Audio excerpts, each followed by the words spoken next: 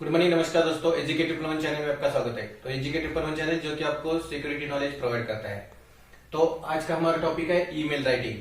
तो आपने देखा होगा जो भी हमारा कल्चर चल रहा है तो डिजिटलाइजेशन हो रहा है। जब भी आप देखोगे जो कोई भी चीज हो, कुछ भी हो, ऑनलाइन हो रहा है। अभी आप अगर आईटी पार्क में काम कर रहे हो या तो इधर कौन सी भी कंपनी में एज ए सिक्योरिटी सुपरवाइजर या तो एसओ ऐसे बड़े पोस्ट पे काम कर रहे हो तो आपको ईमेल राइटिंग आना जरूरी होता है। क्योंकि जो पहले जो प्रोसीजर चल रहा था, जब बड़े बड़े रजिस्टर्स थे, फाइल्स थे, पेज थे, अब सब हट गए हैं और सब ऑनलाइन प्रोसीजर आ गए हैं। तो आप अगर हैप्पी विजिटर प्रोसीजर देखोगे तो और सब रजिस्टर्स भी ऑनलाइन हो गए हैं। आप हैप्पी विजिटर अगर एंट्री करेंगे तो वो भी उसमें एक लिंक क्रिएट किया गया है, उसमें आपकी एंट्रीज होती है। तो ये सब अभी ऑनलाइन प्रोसीजर चल रहा है। तो आपको उसी दौर के साथ चलने के लिए अगर आपको कैरियर होना है तो आपको ईमेल राइटिंग में आना जरूरी है। तो ईमेल राइटिंग कैसे करेंगे इसके बारे में आज के टॉपिक में हम बताने वाले हैं। तो ईमेल राइटिंग कैसे करें, क्या क्या हम उसमें होता है, क्या क्या हमें लिखना चाहिए उसमें, तो आज के टॉपिक में हम देखने वाले हैं। तो आप एज ए सुपरवाइजर या जो आप डेली अगर काम कर रहे हो एक आईटी पार्क कंपनी में तो आपको ईमेल राइटिंग आना जरूरी होता है। तो ईमेल राइटिंग के द्वारा ही आप कौन से भी रिपोर्ट्स आपके सीनियर लेवल को भेज सकते हो। ऑडिट रिपोर्ट्स बोलो, डेली रिपोर्ट्स बोलो, कुछ भी फाइल सेंड करे हो तो आपको ये ईमेल राइटिंग आना बहुत ही जरूरी है। तो देखते हैं आज के टॉपिक में हम ईमेल राइटिंग कैसे करना है। तो फर्स्ट में आप देखेंगे कभी भी आप कंप्यूटर जब ओपन करेंगे आउटलुक में जाएंगे तो आउटलुक में आपको ईमेल दिखाई देते हैं। तो आउटलुक में जाके आपको वहां पे ईमेल राइटिंग करना है। तो उसमें ईमेल राइटिंग जब आप न्यू ईमेल्स खोलोगे तो उसमें क्या क्या होता है आज के टॉपिक में हम देखने वाले। तो ईमेल अगर आप न्यू ईमेल खोलेंगे जिसको भी राइट करना है, जो भी मेल जिस पर्टिकुलर ग्रुप होगा, या तो इंडिविजुअल पर्सन होगा, या तो आपका मैनेजर रहेगा, या तो आपका सीनियर पर्सन रहेगा, तो उसका जो भी पर्टिकुलर प्रोफेशनल ईमेल एड्रेस होता है उसको आपको 2 में मार्क करना है। यानी कि जो भी आप न्यू ईमेल आउटलुक में न्यू ईमेल खोलोगे तो उसमें फर्स्ट में 2 दिखाई देगा। तो उसके आगे जिसको भी आपको जो सब्जेक्ट मार्क करना है या तो ईमेल राइट करना है उसका परफेक्ट ईमेल आईडी या तो ग्रुप का हो या सीनियर मैनेजर का हो उसमें 2 में आपको पहले राइट करना है। जो भी इंडिविजुअल एक पर्सन को डालना है तो उसका एक का डालिए, अगर आपको ग्रुप को डालना है तो उसके ऐड कर दीजिए। तो ये सब आप उसमें 2 में डालने हैं। उसके बाद में नेक्स्ट होता है सीसी। आपने 2 के नीचे देखा होगा कि सेकंड लाइन में आपको सीसी दिखाया होगा। सीसी यानी कि कार्बन कॉपी। एक कार्बन कॉपी यानी कि सीसी में आपको किसको रख सकते हैं, जो भी अभी मानो आपके टीम का सीनियर सुपरवाइजर को अगर एक बार आप एसओ को मिल रहे हो तो उसके जो सीनियर एसएसएम एसओ होते हैं तो उनको भी आप उसमें सीसी में रख सकते हो, ताकि आपने जो काम किया है वो आपके सीनियर को जाता है लेकिन उसके सीनियर को भी पता चले कि ये काम हो रहा है और कौन कर रहा है। तो आपको ये सीसी में उनको भी रखना है क्योंकि विजिबिलिटी होती है, आपका काम दूसरों को भी दिखाई देता है। और जो भी अगर कंसर्न पर्सन है, किसी को आप कुछ काम दे रहे हो, अगर टॉप कर रहे हो तो उसको काम दे रहे हो तो उसके सीनियर को भी उसमें रखना है, ताकि वो बंदा जो भी आपने मेल मार्क किया है वो पर्टिकुलर काम कर रहा है कि नहीं वो उसका सीनियर भी देखता है। तो उसको विजिबिलिटी रखने के लिए आपको कार्बन कॉपी सीसी में उसको ईमेल आईडी परफेक्ट रखना है। उसके बाद में नेक्स्ट होता है बीसीसी यानी कि ब्लाइंड कार्बन कॉपी, जो कि बीसीसी में इनको रखा जाता है जो भी आपके टीम में है लेकिन वो सीसी में रखा है और 2 में रखा है, उनको पता नहीं चलेगा कि ये बीसीसी में कौन है, यानी कि वो दिखता नहीं, लेकिन उस आदमी को आपको इंफॉर्मेशन में रखना है। तो उस आदमी का आप ईमेल आईडी इस बीसीसी में रख सकते हैं, यानी कि उसको भी पता चले। लेकिन ये सीसी में और 2 में जो भी पर्सन है उनको पता नहीं चलता कि बीसीसी में कौन है, यानी कि ये जो इन्फॉर्मेशन आप उसको रखना चाहते हैं तो आप उसका ईमेल आईडी बीसीसी में रख सकते हैं।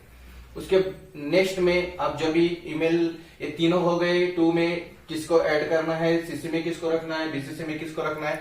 उसके बाद आप नीचे आएंगे तो आपको दिखाई देगा नेक्स्ट टॉपिक, तो सब्जेक्ट लाइन, यानी कि आपकी जो ईमेल होता है उसका बेस्ट और सबसे जो सब्जेक्ट होता है वो आपको परफेक्ट लिखना है। वो कैसा होना चाहिए, शॉर्ट होना चाहिए, पर्पजफुल होना चाहिए, सिंपल और क्लियर होना चाहिए, ताकि आपके सब्जेक्ट लाइन से ही पता चले दूसरे को पढ़ने वाले को कि आपके ईमेल में क्या लिखा गया है, उसका सब्जेक्ट क्या है। आपके सब्जेक्ट शॉर्ट होना चाहिए, पर्पजफुल हेतु उद्दिष्ट होना चाहिए और सिंपल लैंग्वेज में लिखना है और क्लियर, उसका जो भी सब्जेक्ट है वो क्लियर दूसरे को पता चले। इस तरह से आपको सब्जेक्ट लाइन लिखनी है ईमेल में।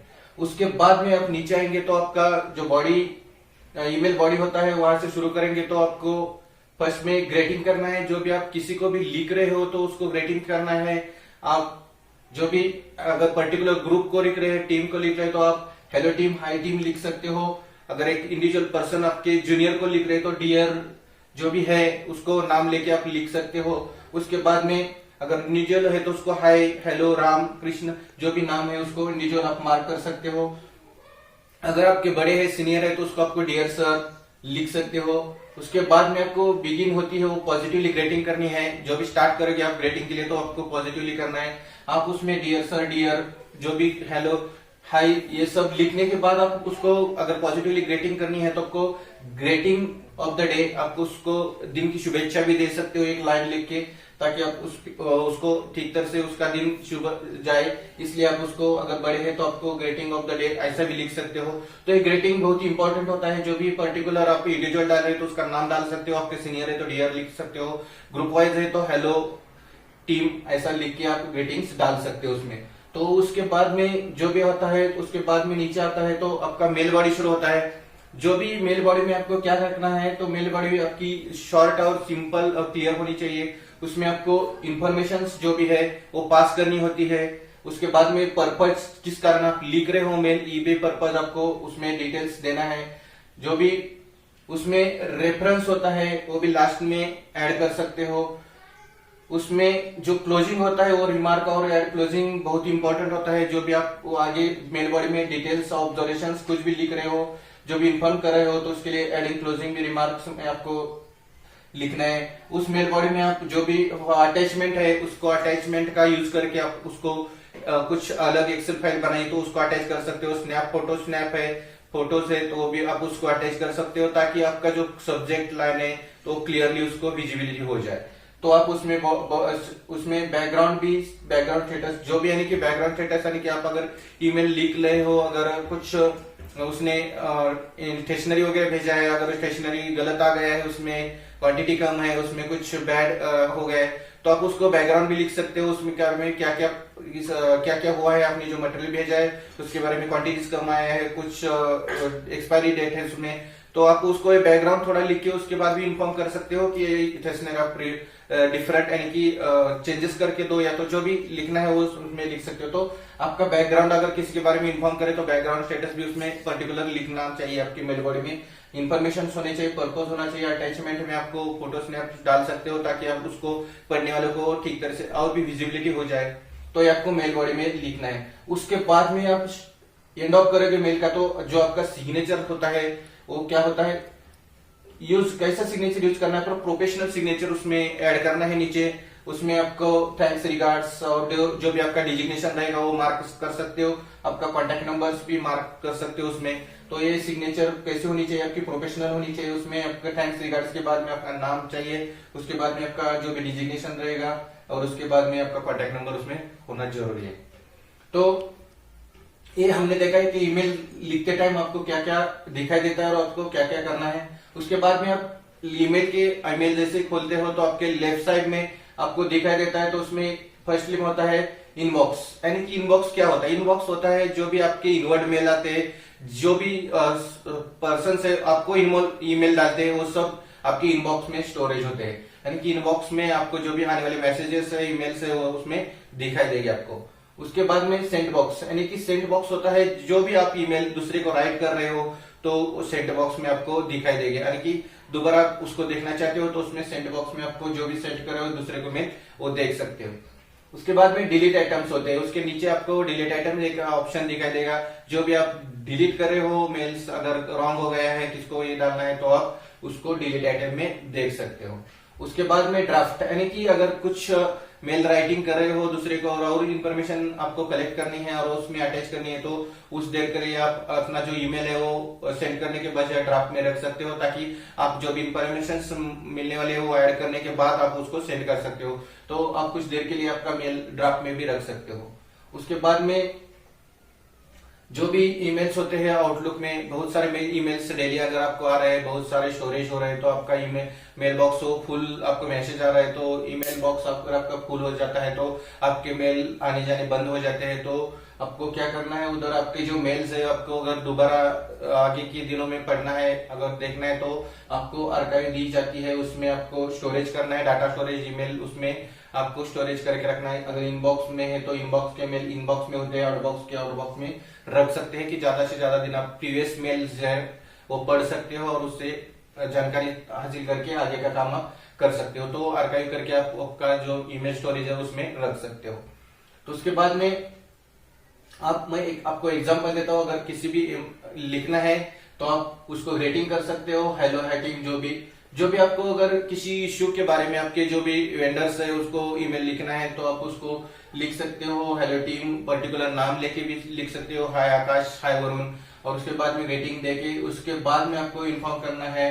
जो भी सब्जेक्ट लाइन है तो डोर इश्यू लिख सकते हो, किसी डोर का एक पर्टिकुलर इश्यू है तो डोर इश्यूज लिख सकते हो। उसके बाद में आपको this is inform to you, जो भी उसको इन्फॉर्म करना है तो बैकग्राउंड स्टेटस लिख सकते हो। उसके बारे में डोर कौन सा है, उसका लोकेशन क्या है, उसका particular ID card ID number क्या है, ये सब लिखने के बाद जो भी इश्यू आ रहा है उस मेल बॉडी में आप अटैच कर सकते हो। जो भी इश्यू क्या आ रहा है, डोर क्लोज नहीं हो रहा है, कुछ फंक्शन में खराबी आ गई है, स्पीडली हो रहा है, ये जो भी कुछ है उसमें टेक्निकली या तो फिजिकल जो भी एरर आ रहा है वो सब उसमें लिख सकते हो। और उसके बाद में नीचे क्लोजर करते टाइम आपको रिमार्क में या तो रेफरेंस के लिए वो डोर्स होता है उसका वीडियो निकाल सकते हो या स्नैपशॉट फोटो कुछ भी हो तो निकाल करके उसमें अटैच कर सकते हो।